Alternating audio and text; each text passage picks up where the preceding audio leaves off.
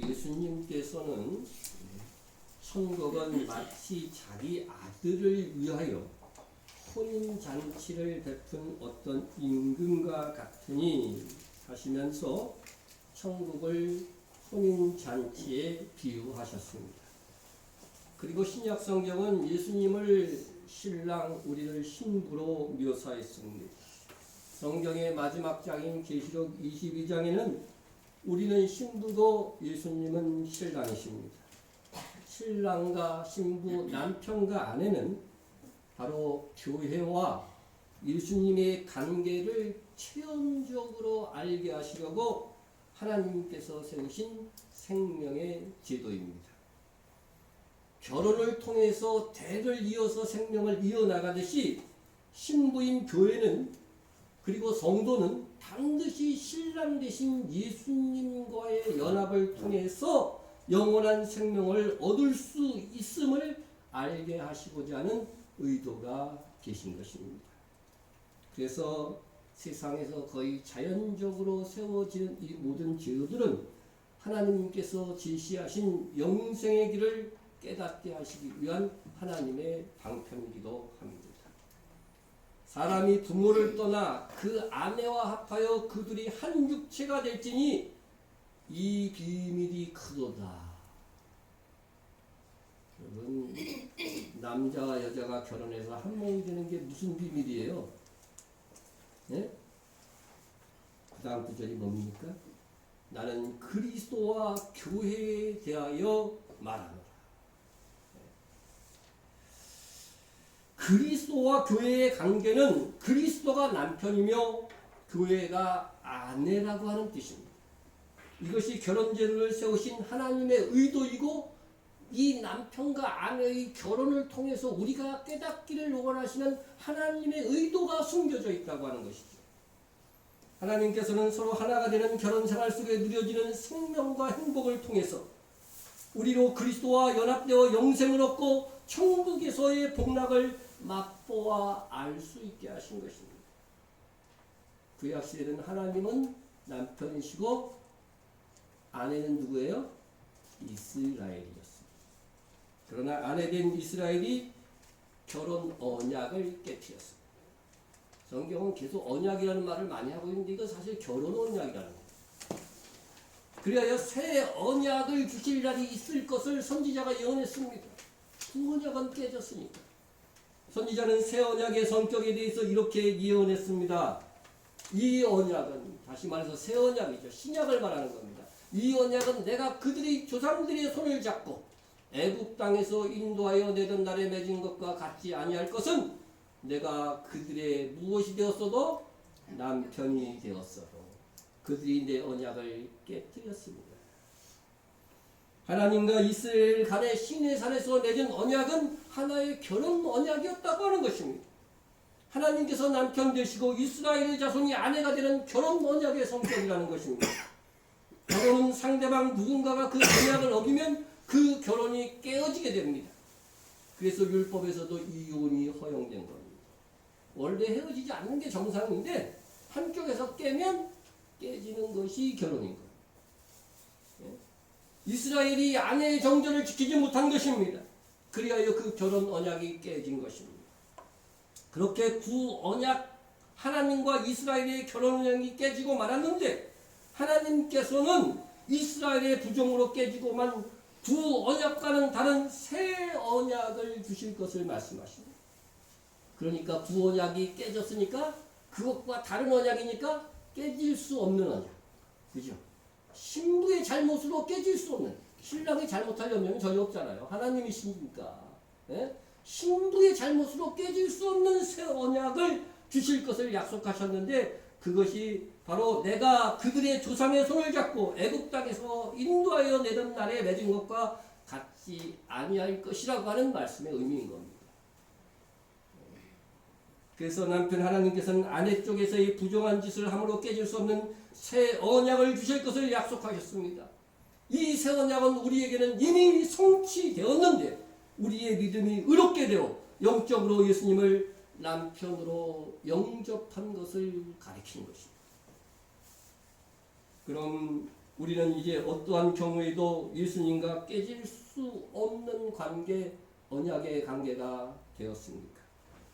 이는 수십 차례 말씀드렸듯이 예수님을 믿는 성도들에게는 그 안에 성령께서 내주하사 그 믿음을 지켜주는 역사가 일어나기 때문에 예수님과 우리와의 결혼관계는 깨지지 않습니다. 이 성령의 역사를 부정하는 사람들이 한 번 구원은 깨질 수 있다고 말하는 거예요. 그러나 새 언약의 이 비밀을 정말로 이해한 사람들은 내가 한 번 예수 그리스도를 진실로 믿었으면 하나님의 자녀 삼으시고 영원히 변함없는 영원한 구원의 길에 들어섰음을 확신하게 되는 것입니다. 이를 증거하는 말씀으로 하나님께서 우리를 성령으로 인쳤다, 성령으로 구원을 보증했다고 하는 말씀들이 있는 것입니다. 그가 또한 우리에게 인치시고, 인쳤다는 건 내 소유로 삼았다는 겁니다. 네? 신부는 신랑의 것입니다. 인치시고 보증으로 우리 마음에 성령을 주셨습니다. 하나님은 보증인을 세울 필요도 없어요, 사실은. 근데 우리가 연약해서 보증인을 세운 거예요. 그 보증인이 성령이라고 하는 거예요. 예? 여러분, 하나님의 보증이 실패할 가능성이 있습니까? 없습니다.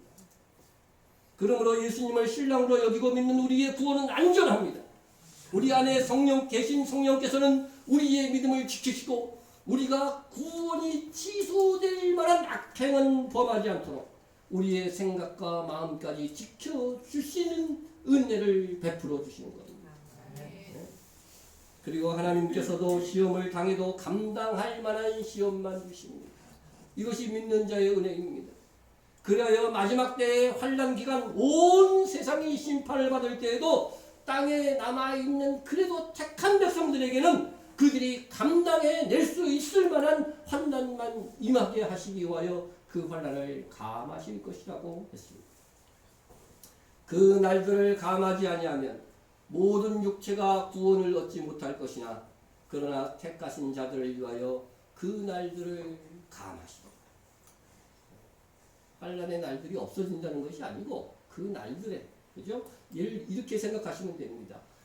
이스라엘 백성이 애굽에서 출애굽하기 전에 10가지 재앙을 내리실 때에도 이스라엘이 머물고 있는 고세 땅에 환난이 임했어요, 안 임했어요? 임했죠. 세 번째까지 임했어요. 그러나 그 다음부터는 애굽 사람들이 사는 땅에만 임했다는 사실을 기억하세요. 그와 같은 경우입니다. 네? 날이 감해지는 것이 아니고 뭐가 감해지는 거예요? 믿는 자들, 택하신 백성들에게는 이 환난이 임하지 않는 감하는 역사가 일어나게 될 것이라고 하는 것입니다. 성경은 이 네 번째 파리제왕부터는 이스라엘이 살고 있는 고센 땅에 임하지 않은 것을 표징이라고 했어요. 표징. 예? 마지막 세대의 표징인 겁니다. 예? 그러므로 마지막 대환난 기간에도 택하신 성도들에게는 구별하여 구원을 잃어버리지 않을 정도의 심판이 내려질 것을 우리는 충분히 확신할 수 있습니다. 물론 하나님이 택한 백성들이 죄 많은 세상에서 환난을 당하지 않는 것이 아닙니다. 오히려 믿음 때문에 당하지 않아도 될 고난을 당하는 경우도 많이 있습니다. 그러나 감당할 수 없을 정도의 환난을 당하지 않습니다. 그것이 구언약과 다른 더해진 새 언약의 은혜인 것입니다. 그러므로 구원을 잃어버릴 정도의 혹독한 고난을 받을 성도는 없다는 것입니다. 하나님께서는 구원받은 우리에게는 그 사람의 영적 수준을 따라서 감당할 만한 시험만 주세요. 나는 엄청난 시험 받았는데 그럼 어떻게 돼요? 하나님이 여러분 좀 귀하게 본 거예요. 대단하다고 본 거예요. 네? 그래서 시험을 못 이기는 건 다 내 책임인 거예요. 네? 새 언약으로 그리스도의 신랑으로 믿는 성도들에게는 그러한 은혜가 있습니다. 이렇게 하나님께서 구약에서 하나님과 이스라엘, 신약에서는 예수님과 교회의 관계를 신랑과 신부 혹은 남편과 아내라고 말씀하셨습니다. 단 차이는 뭐냐? 구약 시대의 관계는 깨질 수 있었던 결혼 언약이고 신약 시대에는 깨질 수 없는 언약이라고 하는 점이 차이가 있는 것입니다. 그러므로 신약 새 언약으로 구원받은 우리는 구 언약과는 다른 깨질 수 없는 결혼 관계가 예수님과 맺어져 있다는 사실, 얼마나 큰 은혜입니까? 감사드려야 할 것입니다. 예, 우리가 예수님 당시의 유대인의 결혼 풍습을 살펴봄으로써 예수님과 우리의 관계를 더욱 확실하게 정리하고 신랑 되시는 주님이 다시 오실 때까지 우리가 어떻게 살아야 할지를 숙고해 보도록 하겠습니다. 일반적으로 유대인의 결혼 풍습은 세 단계로 나눕니다. 첫째는 약혼인데 우리가 생각하는 그런 약혼이 아니고 혼인을 약속했다는 의미의 약혼입니다. 이 단계에서는 당사자들은 몰라요. 결혼 당사자들은 모르고 그 신랑과 신부의 아버지들끼리 약속하는 것입니다. 예? 이때는 당사자들이 맞선 보는 일이 행해지지 않아요. 예? 어른들이 정하면 우리나라에서도 어떻게 돼요? 나이 많이 드신 분들 이렇게 얘기 들어보면은 아우 신랑 얼굴도 못 보고서 결혼했다는. 예? 예? 우리 나이 드신 분들 어떨지 모르겠어요. 가끔 TV 보면 그런 분들 꽤 나오더라고요. 예? 근데 그래도 신랑은요 문지방 밑으로 살짝 보기도 해요. 예? 가끔 와갖고 쟤다 이렇게 보기도 합니다. 예?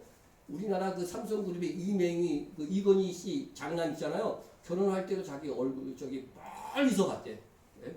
물론 신부는 보지도 못하고 멀리서 보고 결혼했다고 나오더라고요. 예? 그와 같은 거지. 그러니까 신부감을 살짝 보는 것은 신랑의 혜택이었지만 신부는 그런 혜택도 못 받았어요. 예? 그래도 어른들끼리 어느 정도는 어떻게 맞춰서 검증했기 때문에 잘 살았습니다. 예? 그렇게 이스라엘에서도 똑같았어. 아버지들끼리 여러분 딸은 누구의 권한이에요? 주권이 있어요? 아버지께 주권이 있었어요. 당시에는. 자, 아버지들끼리 미리 자식 간의 결혼을 약속하고 그것을 시행하고 했던 것입니다. 자, 아버지들끼리 자식의 혼사를 결정하는 약속하는 이런 풍습은 우리가 예수님의 신부감이 된 것은 당사자들인 우리의 선택이 아니라 배후에 하나님 아버지의 은혜로운 선택이 있었기 때문이라는 것을 알게 해 준 것입니다. 예수님의 결혼 상대를 누가 정하셔요? 하나님 아버지. 우리의 결혼 상대를 누가 정하셔요? 역시 하나님 아버지.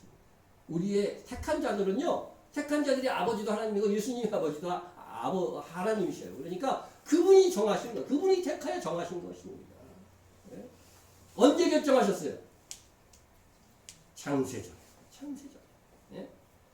예? 하나님 아버지의 선택으로 우리는 하나님의 자녀가 된 것입니다. 예? 보십시다. 찬송하리로다 하나님 곧 우리 주 예수 그리스도의 아버지께서 그리스도 안에서 하늘에 속한 모든 신령한 복을 우리에게 주시되. 하늘에 속한, 땅에 속한 것이 아니고요. 하늘에 속았다는 건 영원한 거예요. 이 하늘에 속한 영원한 복을, 신령한 복을 우리에게 주시되, 예? 이 신령한 복이 언제 작정된 것이냐? 이어지는 말씀을 보면 곧 창세전입니다. 창세전에 그리스도 안에서 우리를 택하사 우리로 사랑 안에서 그 앞에 거룩하고 흠이 없게 하시려고 그 기쁘신 뜻대로 우리를 예정하사 예수 그리스도로 말미암아 자기 아들들이 되게 하셨어요. 그냥 하나님이 딱 점찍은 그은 것이 아니고 예수 그리스도와의 결혼을 통해서 하나님의 자녀가 되도록 결정해 놓으시고 선택해 놓으셨다는 것입니다. 여러분 놀랍지 않습니까? 창세전에 하나님의 기획하심 속에 하나님의 자녀로 선택된 결과로 내가 여기에 있는 것입니다. 나를 수년 동안 살펴보고 사랑한다고 고백하는 사람이 있다면 내가 몇 년 전부터 살펴봤는데 너무 사랑스러워서 관심을 갖고 이제야 고백한다고 말한다면 다시 처녀 시절로 돌아가신다면 여러분들 어떻겠어요? 네? 감격하시겠습니까? 감정이 다들 무디어져 갖고 감격할 것 같아요. 네? 그런데 하나님께서 택하신 나를 이 땅에 태어나게 하기 위해서 보니까 아담과 하와를 창조하시고 수천 년에 걸쳐서 사람들이 낳고 이동해서 여기서 그저 그 수천 년의 과정을 통해서 오늘날 나를 태어나도록 하신 것입니다. 감격스럽지 않습니까? 네?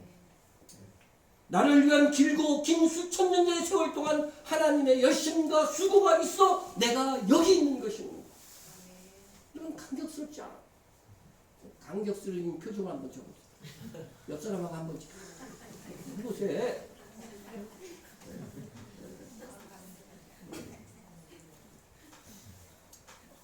그런데 하나님께서는 우리를 선택하시되 거룩하고 흠이 없는 자녀로, 그죠? 자녀로 택하셨습니다.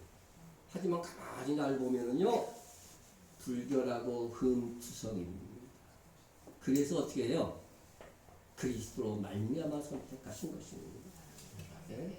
바로 신랑 되신 예수님께서 신부인 우리의 흠을 없애게 하시기 위하여 그분이 우리 옆인 십자가를 지게 하시고 그 신부들을 정결케 한 다음 결혼시켜 하나님의 자녀가 되게 하신 것입니다.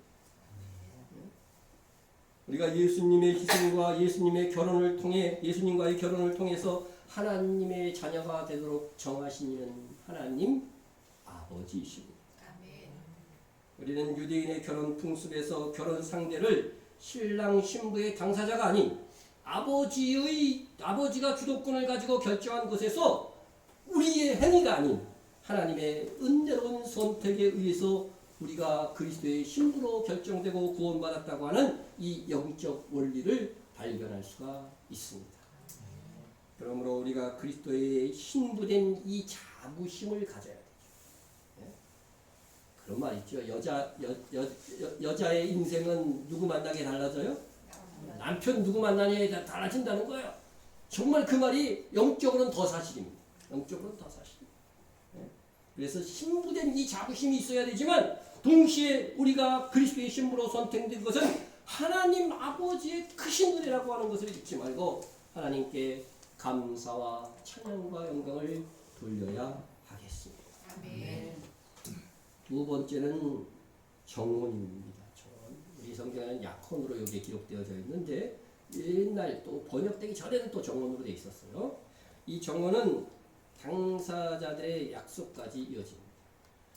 약혼에 이어서 이 정혼은 아버지들 간의 말로만 구두 약속한 이 자식 간의 혼사를 합법적인 절차를 통해서 양가와 당사자가 약속하는 것입니다.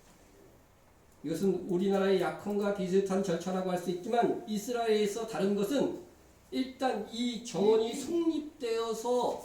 성립되면 같이 살지는 않아요. 같이 살지는 않지만 법적으로 결혼한 사이로 간주되어서 남편과 아내로 불립니다. 성경에도 요셉과 마리아가 정혼만 하죠. 그죠? 약혼만 합니다. 약혼. 예? 그러니까 동거하지 않았을 때 뭐라고 그들을 호칭하는 거 한번 보세요. 예수 그리스도의 나심은 이러하니라 그의 어머니 마리아가 요셉과 약혼, 이건 정혼입니다. 실제로는 정혼하고 동거하기 전에 성령으로 잉태된 것이 나타났더니 그의 남편 요셉은 정혼했는데도 남편이라고 그러죠. 의로운 사람이라 이렇게 되어 있어요. 그래서 정혼이 깨어지면 파혼이라고 하지 않고 이혼이라고 했어요. 이혼. 이때 신랑과 신부의 나이는 최소 신랑이 만 13세, 신부는 만 12세가 되어야 됐습니다. 그래서 마리아가 예수님을 낳았을 때를 보통 신학자들의 주장에 의하면, 제 주장이 아닙니다, 13세 정도로 보고 있습니다. 우리나라는 몇 세에 결혼할 수 있어요? 그건 몰라도 천국 가는 데 이상이 없습니다. 남자는 18세, 여자는 만이로, 여자는 만 16세입니다. 넘으신 분들은 막 가십시오. 부모 허락받아야 됩니다. 왜냐하면 이 나이가 이스라엘에서는 성인이 되는 나이이기 때문에 그래요. 이렇게 나이가 정한 나이가 되어서 정혼을 하게 되면 동거하지 않은 합법적인 정식 부부관계가 형성이 됩니다.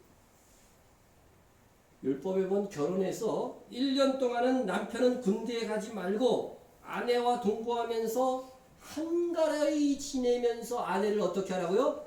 즐겁게 하라고 되어 있어요. 네. 우리나라도 그렇게 했으면 참 좋겠죠? 네.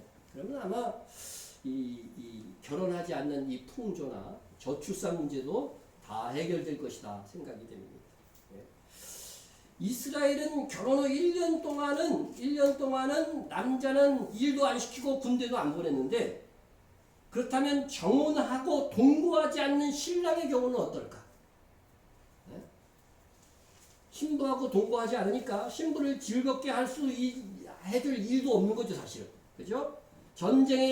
그때 막 전쟁이 나서 군사를 모집하게 되면 이 정혼 상태의 남자는 나가서 싸워야 될까요? 말아야 될까요? 예?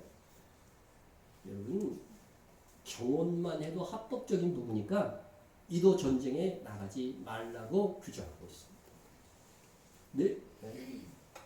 내가 나가서 적군과 싸우려고 할 때 여자와 약혼하고, 정혼하고입니다. 정혼하고 그와 결혼하지 못한 자가 있느냐? 결혼식은 아직 안 올렸다는 거죠. 그는 집으로 돌아갈지니 전사하면 타인이 그를 데려갈까 하노라. 여러분, 하나님이 너무 결혼을 중요시 여기고 그 결혼을 하려고 하는 사람들에 대해서 얼마나 배려하고 있는지, 율법을 통해서 배려하고 있는지 알겠죠. 예? 그것은 결혼은 하나님과 이스라엘의 관계, 예수님과 우리 교회의 관계를 체험적으로 알게 해주는 모형이기 때문인 것입니다. 이렇게 정혼만 한 부부라도 법적인 부부로 인정될 뿐만 아니라 이 결혼이 실제 성사되도록 율법이 철저하게 보장하는 것은 우리가 예수 그리스도를 믿어 구원을 얻은 후에 그 구원이 상실되지 않음을 보여주기 위한 하나의 모형이 되는 겁니다. 한번 예수님을 믿은 성도는 예수님과의 정혼관계가 성립되어 취소될 수 없는 그리스도의 신부가 된다는 의미인 것입니다. 그러면 우리 유대인의 정혼식과 그리스도와 우리의 정혼식을 비교하면서 우리가 그리스도의 신부됨을 말씀을 드리고자 합니다. 이 정혼식은 유대인의 정혼식은 예수님께서 이 땅에 오신 출임을 의미합니다. 정혼식을 하기 위해서 신랑이 신부의 집으로 오게 되어 있습니다. 그래서 정혼식은 신부의 집에서 꼭 하게 되어 있습니다.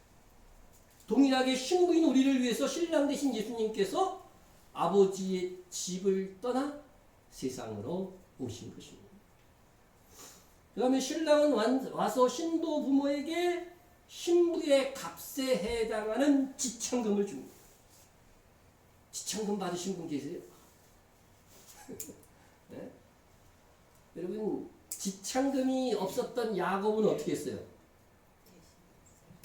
레아와 라헬을 얻기 위해서 7년, 14년이나 고생한 거죠. 일해 주었다는 거죠. 그러니까 여러분, 신부가 귀한 집이거나 부자인 경우에는 그 신부를 데리고 오기 위해서 어떻게 돼요? 상당한 값을 지불해야 돼요. 예수님께서도 동일하게 신부인 우리를 데려가기 위하여 값을 지불하셨습니다. 너희는 너희 자신의 것이 아니라 값으로 산 것이 되었어요. 예수님께서 값 주고 샀다는 거예요. 네? 그런데 예수님께서 우리를 신부로 취하기 위해서 얼마의 값을 치우셨습니까? 여기 보시면 여러분을 감독자로 삼고 하나님이 자기 피로 사신 교회를 보살피게 하셨는데, 예수님이 죽으신 것은요 하나님의 피이기도 한 거예요. 네? 여러분, 예수님의 목숨값만큼 우리의 뭐를 지불한 거예요? 신부값 지참금을 지불하신 거예요. 네? 신부가 귀할수록 지참금을 많아진다고 하는데, 네? 그런데 우리를 위해서 하나님이신 예수님이 인간의 몸으로 오셔가지고서 그 피값을 제공했다고 한다면 우리를 얼마나 귀하게 여기신 것입니까? 그래서 남편된 자들은 그리스도의 신랑됨을 구현하기 위해서 신랑을 위해서 어떻게 해야 돼요? 죽을 정도로 사랑해야 됩니다. 자기 남편이 지금 죽을 정도로 사랑해 주고 있는 분 한번 손 들어보세요. 사모는 손 들을 줄 알았더니 안 돼요. 남편들아 아내 사랑하기를 그리스도께서 교회를 사랑하시고 그 교회를 위하여 자신을 주신 것이죠. 여러분 이런 말씀 한 구절 한 것들이 다 이 결혼 언약과 관련되어 있는 거예요. 이렇게 신랑이 신부의 아버지에게 신부감에 해당하는 돈을 지불한 후에 이때로부터 신랑과 신부의 결혼 관계가 성립되고 신부의 소유권은 이때로부터 신부 아버지에게서부터 신랑에게 넘어가는 거예요. 우리는 예수 그리스도를 믿음과 동시에 세상에서 어떻게 돼요? 예수님의 소유, 하나님의 소유로 바뀌어지는 것입니다. 그래서 교회와 성도는 하늘의 법으로 하나님과 신랑 되신 예수 그리스도의 소유인 것입니다. 그 다음은 결혼 계약이 성립되면 신랑이 신부에게 포도주 한 잔을 따라주면서 말합니다. 나는 당신을 나의 아내로 맡고 싶습니다. 이 포도주를 당신에게 따라줌으로 나는 당신을 위해 나의 생명을 바칠 것을 다짐합니다. 당신도 이 잔을 받아 마심으로 나의 아내가 되어 주시기 바랍니다. 그래서 신부가 그것을 받아 마시면 어떻게 해요? 결혼 승낙하는 것이 됩니다. 신부가 안 마시고 탁 쏟아버렸어. 그 거절입니다. 거절. 네. 우리 주님께서 십자가를 지시고 아버지 집으로 돌아가시기 직전에 주의 만찬을 제정하심으로 이것이 성취된 것입니다. 우리는 세례와 성만찬을 통해서 우리를 죽기까지 사랑하신 주님을 받아들이는 것이며 이를 통해 나를 향한 신랑 되신 주님의 희생과 깊은 사랑을 그분이 오시기까지 기억하는 것이 되는 것입니다. 자, 이런 절차, 이런 정혼식이 끝나고 되면은 신랑은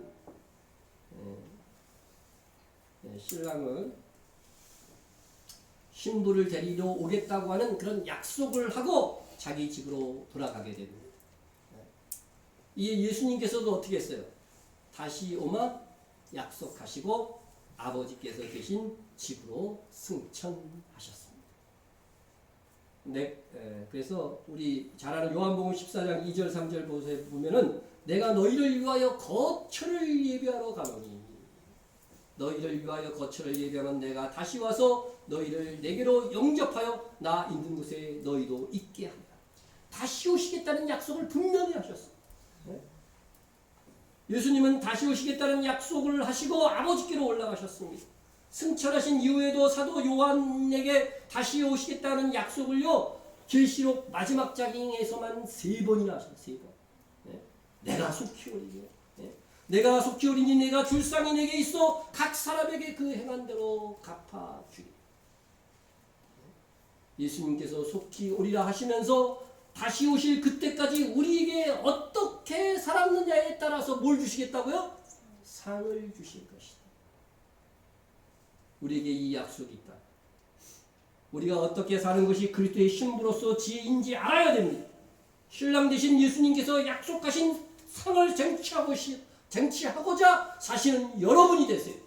그것이 가장 지혜롭게 하루하루를 살아가는 것입니다. 그 다음 신랑의 정원 선물이 있습니다. 신랑의 정원 선물. 신랑은 여자의 집을 떠나기 전에 정원한 신부에게 선물을 주게 되는데 이것은 청혼을 받아준 것에 대한 감사의 표시와 더불어서 얼마나 될지 모르지만 떨어져 있는 동안 기억해 달라고 하는 의미입니다. 예수님께서 마지막 제자들과 떠나면서 그들에게 선물을 주셨습니다. 뭘까요? 우리 각 사람에게 그리스도의 선물의 분량대로 은혜를 주셨나니 그러므로 이르기를 그가 위로 올라가실 때 사로잡혔던 자들을 사로잡으시고 사람들에게 선물을 주셨다 하였도다. 이 선물 다 받으셨어요? 네, 받으셨는 줄로 압니다. 이것은 바로 우리 주님께서 신랑 되신 예수님을 기억하도록 하시기 위해서 주신 선물이며 이 선물은 성령이며 동시에 성령께서 우리 각자의 믿음의 분량대로 나눠주신 성령의 은사이기도 합니다. 내가 아버지께 구하겠으니 그가 또 다른 보혜사를 너희에게 주사 영원토록 너희와 함께 있게 하시니 그는 진리의 영이라. 그는 너희와 함께 거하시며 너희 속에 계시겠습니다. 네. 또 다른 보혜사니까 뭐예요? 예수님이 보혜사인데 나와 다른 또 다른 보혜사. 이 그분도 누구예요? 하나님이시라는 거죠. 여기서 다른이라고 하는 말이 이 헬라어에는 두 가지 의미가 있다 그랬죠? 네, 정말로 다른 거, 본질적으로 다른. 이 여기서 다른 것은 뭐예요? 같은 종류인데 사과와 두 개의 사과가 모양이 틀리다 할 때에 다른 의미인 거죠. 그래서 다른 보혜사, 바로 하나님이 선물로 우리에게 오신 거예요. 하나님은 하나님 자신을 우리에게 선물로 주신 겁니다. 네? 그리스도의 영. 그래서 이 성령을 통해서 하나님의 영이라고 하는 표현도 있고 그리스도의 영이라고 하는 표현도 있게 되는 것입니다. 네? 보혜사 곧 아버지께서 내 이름으로 보내실 성령. 네? 예수님의 선물로서 예수님의 이름으로 보내는 거예요. 이름으로 보내실 성령. 그가 너에게 모든 것을 가르치고 내가 너에게 말한 모든 것을 생각나게 하리라. 성령의 역사는 예수 그리스도의 말씀을 생각나게 하는 거예요. 예수 그리스도를 믿게 해주는 거예요. 그러므로 반드시 믿는 자들에게는 성령 곧 그리스도의 영이 내주하고 있습니다. 만일 너희 속에 하나님의 영이 거하시면 너희가 육신에 있지 않고 영에 있나니 누구든지입니다. 누구든지 예외가 없어요. 누구든지 그리스도의 영이 없으면 그리스도의 사람이 아니라. 어떤 목사님은 교회 공동체 안에 있는 성령이라고 하더라고. 그거를 내주가 아니고 잘못된 겁니다. 누구든지입니다. 누구든지 그리스도의 영이 없으면 그리스도의 사람이 아닙니다. 신랑 되신 예수님은 우리에게 그리스도의 영을 선물로 주심으로 우리에게 자기 자신을 주신 것입니다. 우리는 누군가에게 선물을 줄 때에 나 자신을 주는 것보다 더 큰 선물이 없어요. 나 자신을 주는 거예요. 주님은 그 선물을 주신 거예요. 옛날 부자였던 아버지가 죽자 이제 상속에 대한 유언을 증인들이 보는 가운데 공개됩니다. 요한계시록은 7개 인이 딱 이렇게 띄어지잖아요. 그게 과거에 로마 시대 때는 유언장을 그렇게 써갖고 7개 인을 딱 찍게 돼요. 7사람의 증인의 인이죠. 네? 그래서 그것을 하나하나 뜯어보는 거죠. 네? 이제 유언을 이제 증인들 앞에서 뜯어보게 되는데 첫 번째를 딱 뜨니까 유언이 충격적인 거예요. 그 많은 아버지의 재산을 아들이 아닌 충성스럽게 일한 종에게 다 물려준 거예요. 여러분 같으면 어떻겠습니까? 두 번째 뜯어보기도 전에 기절했을 것 같아요. 네? 네?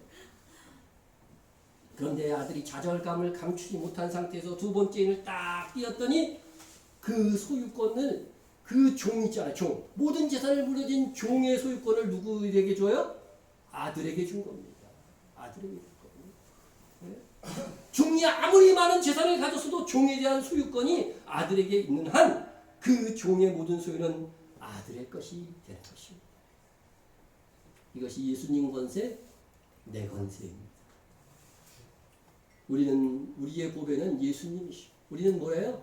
질그릇에 불과. 질그릇에 담긴 보배가 예수님이십니다. 우리같이 부족한 자들에게 그리스도께서 선물로 성령을 주심으로 성령께서 우리 안에서 다른 것은 몰라도 우리 믿음만은 지켜주심으로 우리가 보배이신 예수님을 잃어버리지 않도록 역사해 주시는 것입니다.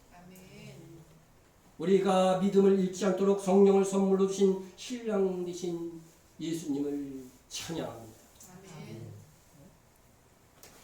다음 집으로 돌아간 신랑은 신부를 데리고 올 준비를 하게 되는데 이런 준비 가운데 가장 중요한 것은 신부와 함께 집을 짓는 것입니다. 신부와 함께 거할 집을 짓는 것입니다. 네? 요한계시록 마지막에 보면은 새 예루살렘이 하늘에서 내려오죠. 네? 신부의 집입니다. 신랑과 함께 갈 신부의 집. 네? 그래서 가서 너희를 위하여 거처를 예비하면 내가 다시 와서 너희를 내게로 영접하여 그와 같이 거처를 예비하시는 것입니다. 자, 그 다음에 이 정혼한 다음에 이제 승천하셔서 예수님이 가셨잖아요. 그죠? 보통 유대인의 결혼식에서 정혼 기간은 보통 1년 이상이에요. 거의 1년 이상은 규정하고 있어요. 1년 이상 2년 내외. 1년이 1000년이라고 한다. 지금 2000년의 세월이 흘렀다고 볼 수 있어요. 1년에서 2년 내였는데 이 기간 동안 신랑은 신부와 만날 수 없고 각자 자기 집에서 새로운 가정을 이룰 준비를 합니다. 이렇게 정원은 모든 면에서 결혼과 같은 효력이 있지만 그러나 아직 함께 거하지 않는 미완성 결혼임이 분명합니다. 결혼식 이전까지는 만나지 못하고 기다려야 하며 결혼식이 끝나야 함께 살 수 있게 됩니다. 성경에 보면요, 이후로 어떻게 돼요? 주와 함께 영원히 함께 있으리라고 하는 구절이 있죠. 그때가 바로 결혼식입니다. 우리는 약 2000년 동안 신랑 되신 예수님을 기다리고 있습니다. 그 다음에 이게 진짜 결혼식입니다. 결혼식. 혼인잔치. 신랑이 신부를 데리러 가는 날짜는 남자의 아버지의 권한에 속한 겁니다. 아버지는 모든 것이 다 준비되었다 확인한 다음에야 아들을 신부에게로 보내게 되며 그때가 언제인지는 신랑도 모르고 누구도 몰라요? 신부도 모르는 거예요.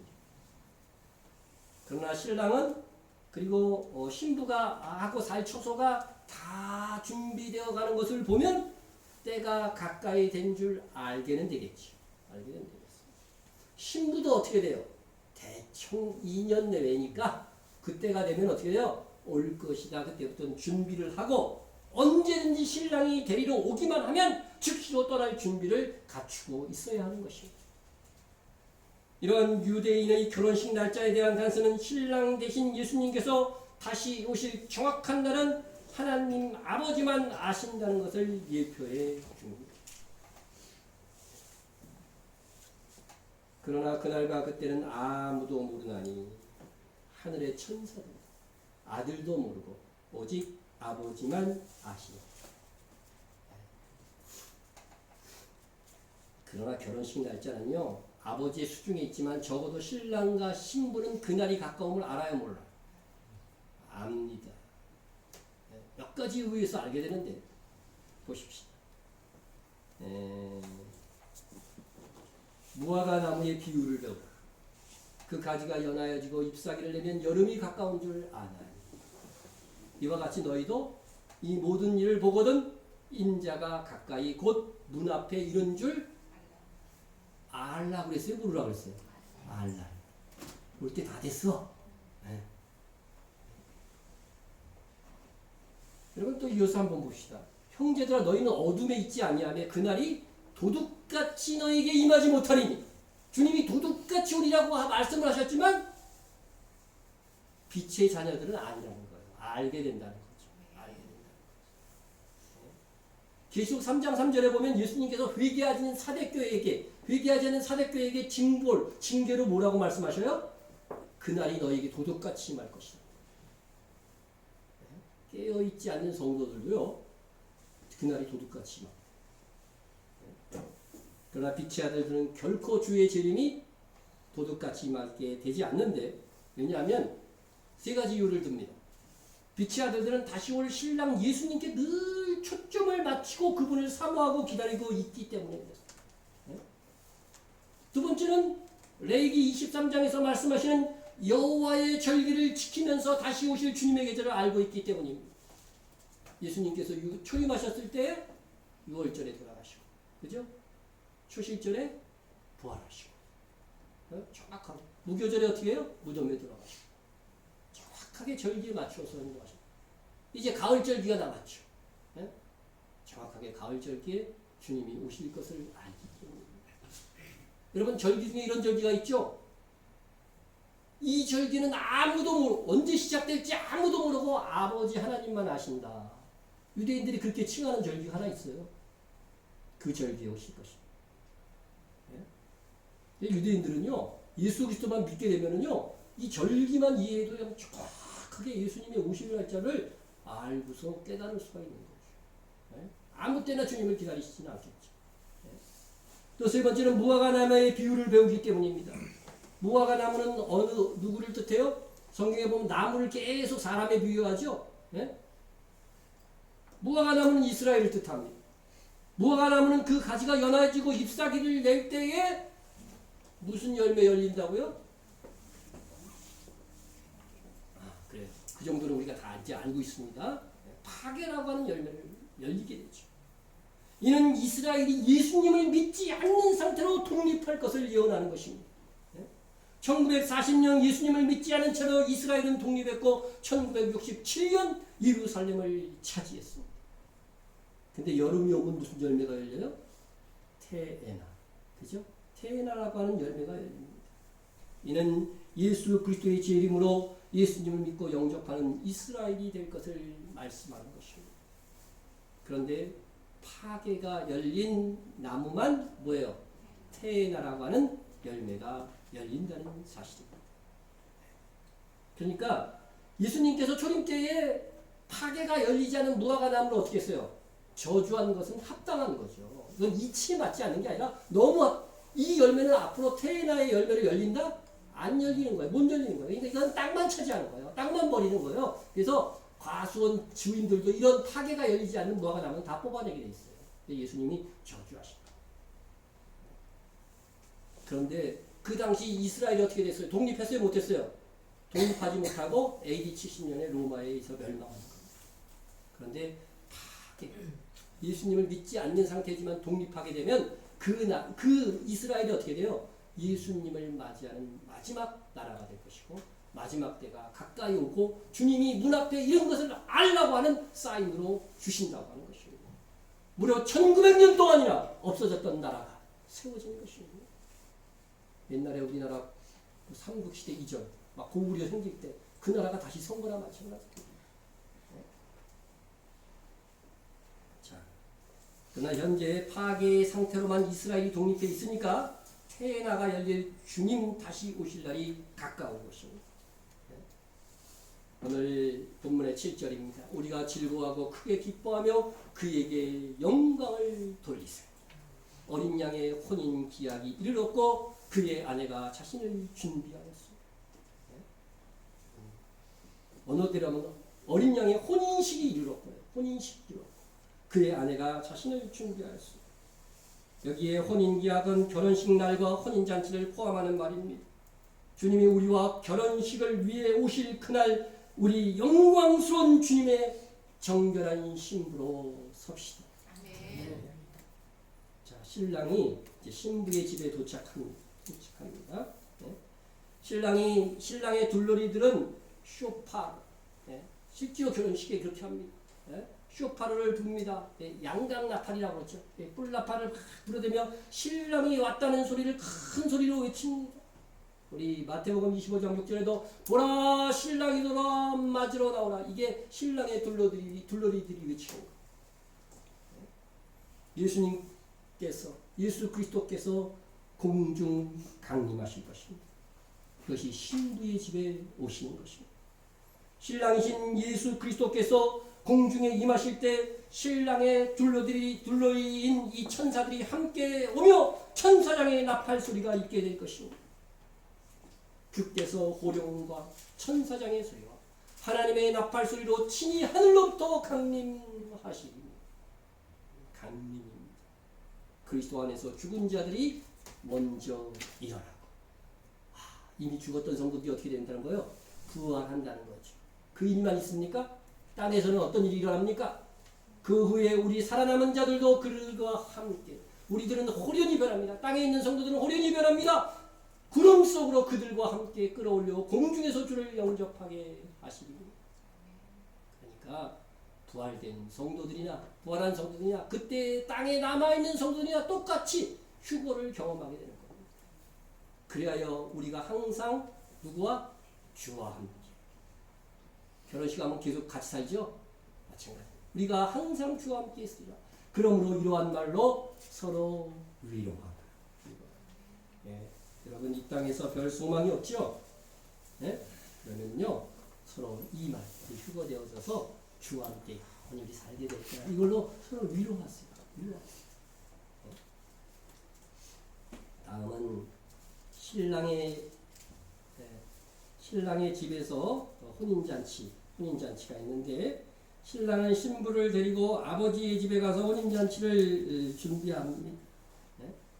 그래서 휴거된 그리스도의 신부들은 예수님과 함께 하나님 아버지의 집으로 들어가게 되어 있습니다. 그래서 계시록 14장에 보면 인자가 구름 위에 있고 하면서 휴거의 장면이 나오고 이어진 15장에서 뭐예요?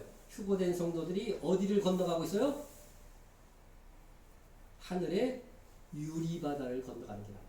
이게 바로 홍해를 의미하는 거라고 그랬죠. 예, 불 섞인 유리바다를 건너가고 있죠. 예? 그래서 아버지의 집으로 들어가는 것입니다.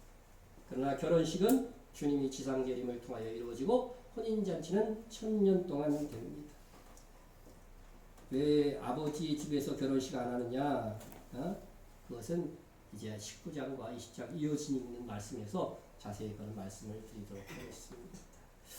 자, 우리가 지금 유대인의 결혼 풍습을 이렇게 쭉 살펴보았는데 예수님과 정혼하고 신랑 되신 예수님과의 결혼식을 우리는 기다리고 있는 거죠. 중요한 것은 신랑을 기다리고 있는 우리에게 어떤 사명이 맡겨져 있는가, 어떻게 그것을 감당해야 하는가, 그것이 중요한 겁니다. 그것이 중요합니다. 왜냐하면 주님 다시 오실 때 우리가 주와 함께 왕노릇하는 영광이 이를 통해서 결정될 것이기 때문입니다. 수요예배 때도 좀 이 말씀을 드렸는데 우리 누가복음 19장에 나오는 예수님께서 말씀하신 문화의 비유를 통해서 말씀을 드립니다. 먼저 문화의 비유로 교훈하게 되는 이 문화의 비유를 교훈하게 되는 배경부터 정확히 알아야 돼요. 그들이 이 말씀을 듣고 있을 때에 비유를 더하여 말씀하신 이 비유를 말씀하게 되신 이유에 대해서 설명합니다. 이는 자기가 예루살렘 가까이 왔고 그들은 하나님 나라가 당장에 나타날 줄로 생각합니다. 이게 무슨 뜻이냐면요. 지금 예루살렘에 예수님이 입성하면 거기서 예수님이 뭐 될 거로 알고 있어요? 왕이 될 것으로 다 상상하고 있는 거예요. 그러니까 예수님이 왕이 되는 것을 뭐라고 생각해요? 하나님의 나라가 완성되는 걸로 보는 거예요. 네? 하나님의 나라가 임하는 걸로 알고 있는 거예요. 네? 그런데 그게 당장 이루어질 걸로 생각한다는 거예요. 근데 예수님은 뭐예요? 아니라는 거죠.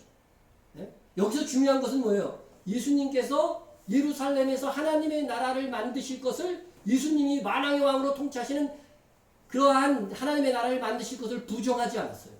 그죠? 그런 때가 있긴 있다는 거예요. 다만 지금 당장이 아니라 먼 훗날, 다시 말해서 예수님의 재림 때에 그 일이 있을 것을 말씀하고 있는 것입니다. 실질적으로 예수님이 다스리는 천년왕국이 있는 거예요. 자, 그래서 유대인들은 이렇게 구약 성경에 분명히 메시아가 오셔갖고 뭐가 돼요? 왕으로 만국을 다스린다는 예언이 있거든요. 여러분 시편 2편 읽어보세요. 대표적인 예언이니까. 거기 보면 분명히 내가 오늘날 그 아들을 낳았다고 하면서 그 만국을 다스리는 왕의 메시아에 대해서 예언하고 있잖아. 자, 문화의 비유는 어떤 기인이 왕위를 받아 가지고 오려고 먼 나라로 가는 것으로 시작됩니다. 그러니까 이 기인은 누구예요? 예수님을 비유한 것이고 예수님이 출임하신 후에 먼 나라 곧 하나님 아버지께 왕권을 받으러 가시는 것을 의미합니다. 귀인은 왕권을 받고자 떠나면서 10명의 종에게 은하 한 문화씩 똑같이 나눠요. 똑같이 나눠요. 네? 네? 여러분들 우리는 똑같이 안 받았는데 할지 모르지만요. 하나님 보시기에 똑같이 주신 거예요. 네? 많이 준 자에게는 많이 달라고 적게 준 자에게는 적게 달라 할 것이기 때문에 똑같이 준 거나 마찬가지. 한 문화씩 나눠줬어요. 네? 돌아올 때까지 이거 갖고 뭐 하라고 그래요? 장사라고 합니다. 여러분 이것이 우리의 사명입니다. 네? 복음을 전하라는 사명이며 모든 주의 일을 포함하고 있는 것입니다. 그런데 이 종들이 장사해야 하는 대상은 자기의 주인의 왕됨을 싫어하는 사람들이에요. 기가 막히죠. 보십시오. 그런데 그 백성이 그를 미워하여 사자를 뒤로 보내어 이르되 우리는 이 사람이 우리의 왕됨을 원하지 아니하나이다 하였다. 종들의 사명은 자기 주인을 너무 싫어해갖고 그가 왕이 되어 돌아오기를 절대 원하지 않는 사람들을 상대로 장사해서 이윤을 남기는 것이었습니다. 그러므로 우리 신부인 우리 교회의 사명은 우리 신랑 예수님께 저기를 품고 왕으로 재림하시기를 믿지도 않고 원하지도 않는 세상에서 복음을 전하여서 실적을 내는 겁니다. 그러니까 쉽겠어요, 어렵겠어요? 어려운 거죠. 어려운 거죠. 그래서 예수님은 우리에게 성령과 그 은사를 주신 것입니다.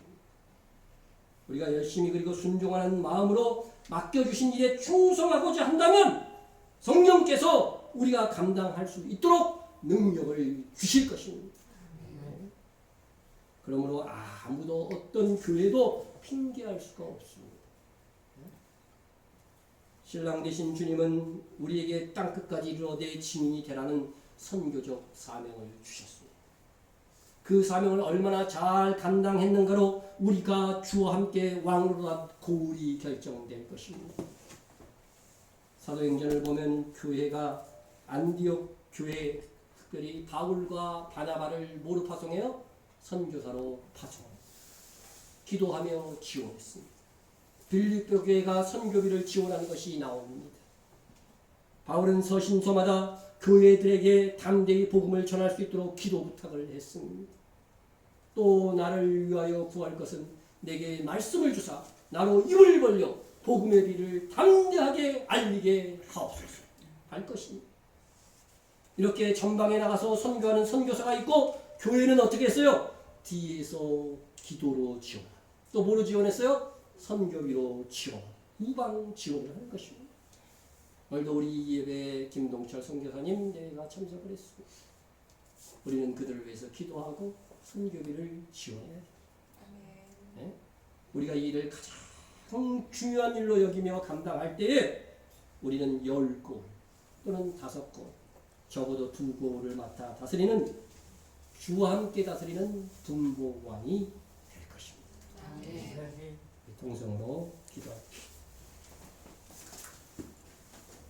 신랑 되신 주님이 다시 오시기를 사모하며 주의 정결한 신부로 준비되어지고 단장되어질 수 있도록 여러분 기도해 주시고요.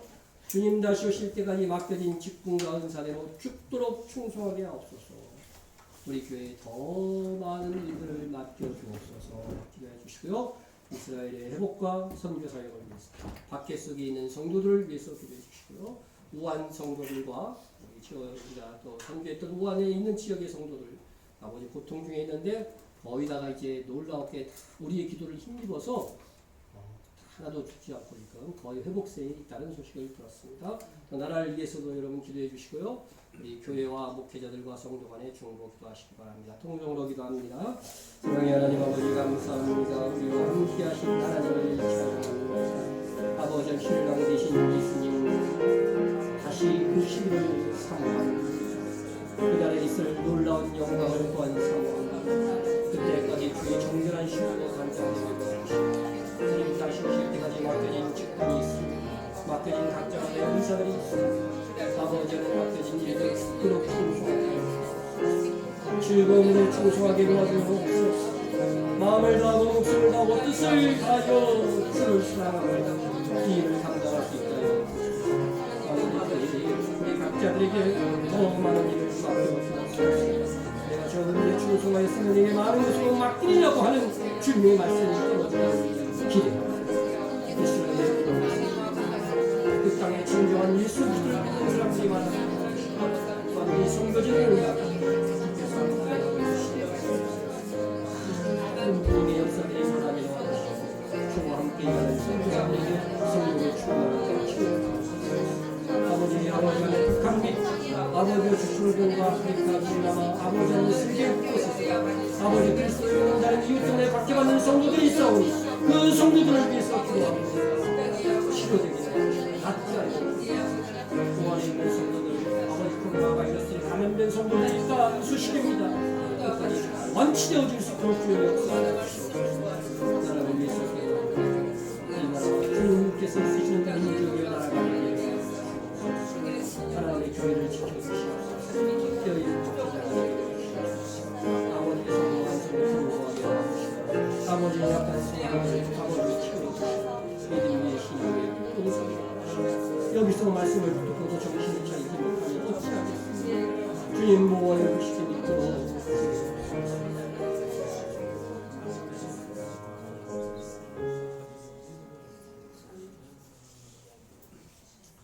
아버지 되시는 하나님 우리와의 혼인식을 위해 신랑 되신 예수님을 다시 보내어 주실 줄로 믿습니다. 아멘.